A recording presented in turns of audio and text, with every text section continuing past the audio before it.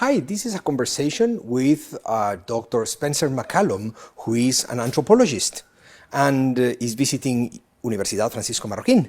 Dr. MacCallum, why is it that property is a consequence of agreements?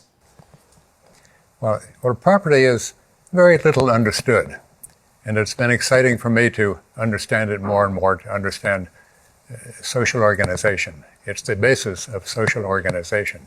So many people think of property as the way that a squirrel thinks about when he finds a nut and he runs away from other people. From the other squirrels, he runs away. That's not property, that's possession. But possession is different from property. Property is an understanding, a tacit understanding among people and among a population. They don't even realize that it's natural, it's normal, that brings the resources available to society into use. It makes it available for people. Because if there were no property, then each time you wanted to use something, you'd have to fend off everybody else. And then you can't make very productive use of something if you're having to fend off everybody else. And you couldn't sell it to another person because what are you selling? He will have to defend it too.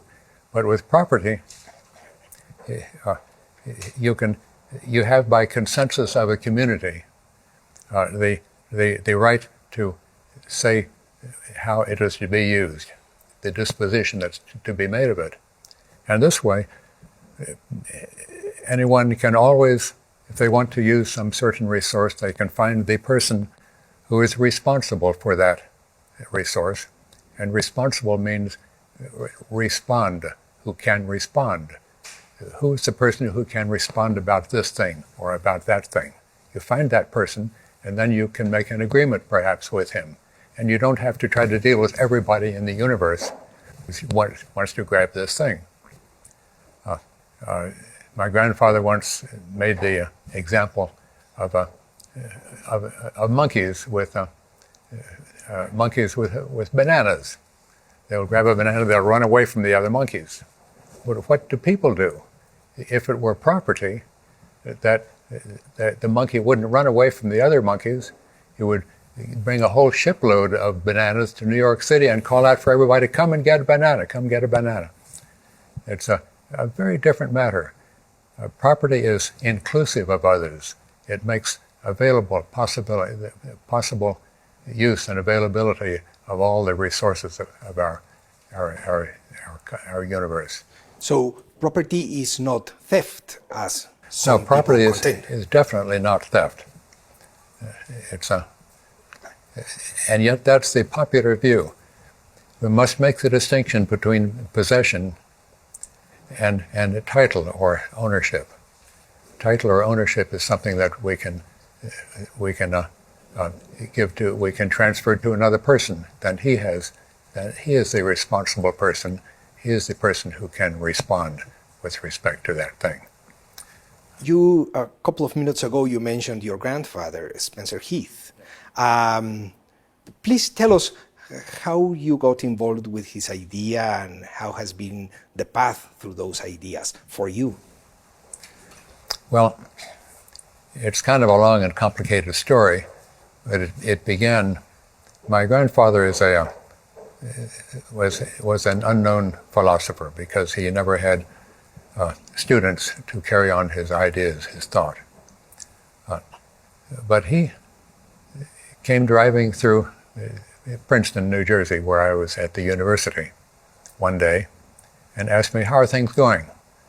And I said, well, they could be better, because I was very much concerned. I'd been studying contemporary literature, and we were studying a book by Kafka called The Trial. And that was an articulated nightmare, the trial. A dilemma, it's a paradox. His message was that for a human being to live with dignity as a human being, you had to first go through the act of cutting your throat. Now, I was trying to work my way out of that logically, and I was having a very tough time, and I was getting perhaps dangerously depressed about it. And he came through, and we sat up all one night. And when the sky began to get light in the morning, he had shown me how to logically get out of that paradox in a way that Kafka would not have been happy about, but would have had to respect, I believe. And that got me to listening to everything that this man, Spencer Heath, had to say. And it has opened up an entire life of interest for me. Did that also lead you to the study of property?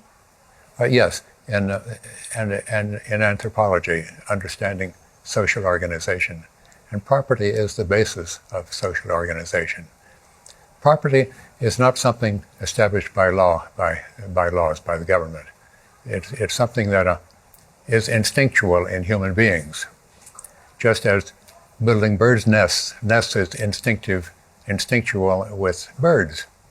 It is instinctual with human beings to develop whole systems of ownership of property, and different kinds of systems depending on the technology technical level of a given society. It's been a fascinating study. If a student approaches you and asks Dr. MacCallum, what would you recommend for me to understand the role of property, what would you recommend? I don't know quite how to answer that. I'd say look around, observe what people are doing and how they are relating to one another. They don't relate successfully by shooting one another and killing one another, but see how they are cooperating. How are they able to cooperate? What is the basis of cooperation? And it always comes down to, in the first place, property, a proper understanding of ownership. So property and peace, for example, are related directly? Well, of course, property opens the path to peaceful relations, to voluntary exchange relations. So there is a relationship between property and peaceful cooperation and peaceful relationship. Is there also a relationship between property and a good standard of living? Well, of course, because property makes it possible to use something productively, to use a resource productively, because everyone recognizes that you are the responsible person, you are the responder with respect to this, and that you can transfer that responsibility to another person. And in this way, the resources available to society are made available, can be used, and available to everyone, depending only on the ability to make a reciprocal exchange with another person. And that's the basis of society's voluntary exchange. And property makes that possible. Property is a relationship not between a person and a thing, but between a person and all other people with respect to things. If you see the difference there, it's a psychological relationship among people in the population. It's not something material. It is with respect to material things. But a title and ownership is something psychological. Being an anthropologist and not an economist, for example, did that approach, the anthropological approach, help you to understand the concept of property? Well, surely. In a primitive society, you have property. Property is the basis of social organization anywhere, in the contemporary world or in the more primitive world. It's the basis of capitalism, and it was the basis of kinship structure in early society. So it does help this other approach from the point of view of anthropology. That understanding property is Right. is helpful for anthropology. Yes. Yes, in both ways, certainly, because anthropology is observing how people behave, and especially how people behave successfully.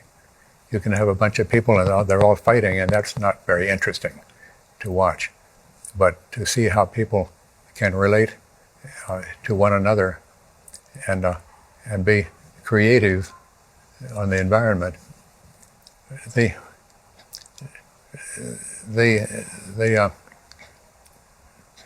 evolution of society, of social organization, is fascinating. My grandfather, Spencer Heath, defined society as that fraction of a population, not just a lot of people, but that fraction of a population that is reciprocally exchanging goods and services contractually. And when you define society this way, it's a very new thing, society. It's only a couple of centuries old because we needed to develop over a long period facility with numbers in order to have bookkeeping, accountancy. We needed to have supportive institutions such as insurance and finance institutions of all kinds in order for the cooperating group, instead of being a small village or a clan, the cooperating group now, society, is worldwide, it's global. And you're dealing impersonally now with people from the other ends of the earth. It's an exciting thing. Now, it's an organization, society is an organization of living units, individuals organized through the market. And this, it's a new life form. We needn't be afraid of being part of a new life form because it is working to make possible the fulfillment of individuals everywhere. Individual fulfillment is what it's leading to. But this new life form has an ability that is brand new among all life forms. It works on the environment creatively. It is able to make the environment more and more habitable for itself, whereas all other life forms, including early humans, what you might call them, they were practicing proto-society, early society. All other life forms are predatory on the environment. They exhaust the environment. They make it, over time, less and less habitable for their own kind. But society has the ability to do otherwise, to make the environment more and more habitable for itself. This is a creative potential ability that it has. And I find it very exciting. Dr. MacCallum, what happens with common services? That's a good question for you. This new evolving society that we are blessed with has up to now provided in abundance our individual needs, such as food, clothing, and shelter. What it has not yet evolved to provide us is our common or community needs. In a community, we must have services that are not to an individual, but to a place, making that a safe place and a place that people can come together and interact.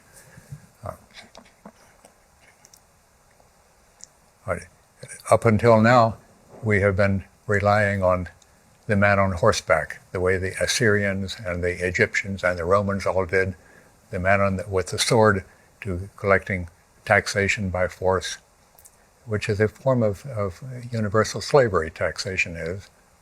And interestingly, in the old world, the philosophers and all, they could not imagine society without slavery. And they sort of apologized for it sometimes, but they knew no alternative. Well, now we know that slavery needs, physical slavery, chattel slavery, need be no part of society. But we still believe in taxation, and we do not think that society can exist without taxation. We're very much like the ancient philosophers. We sort of apologize for it, but we can't see any alternative.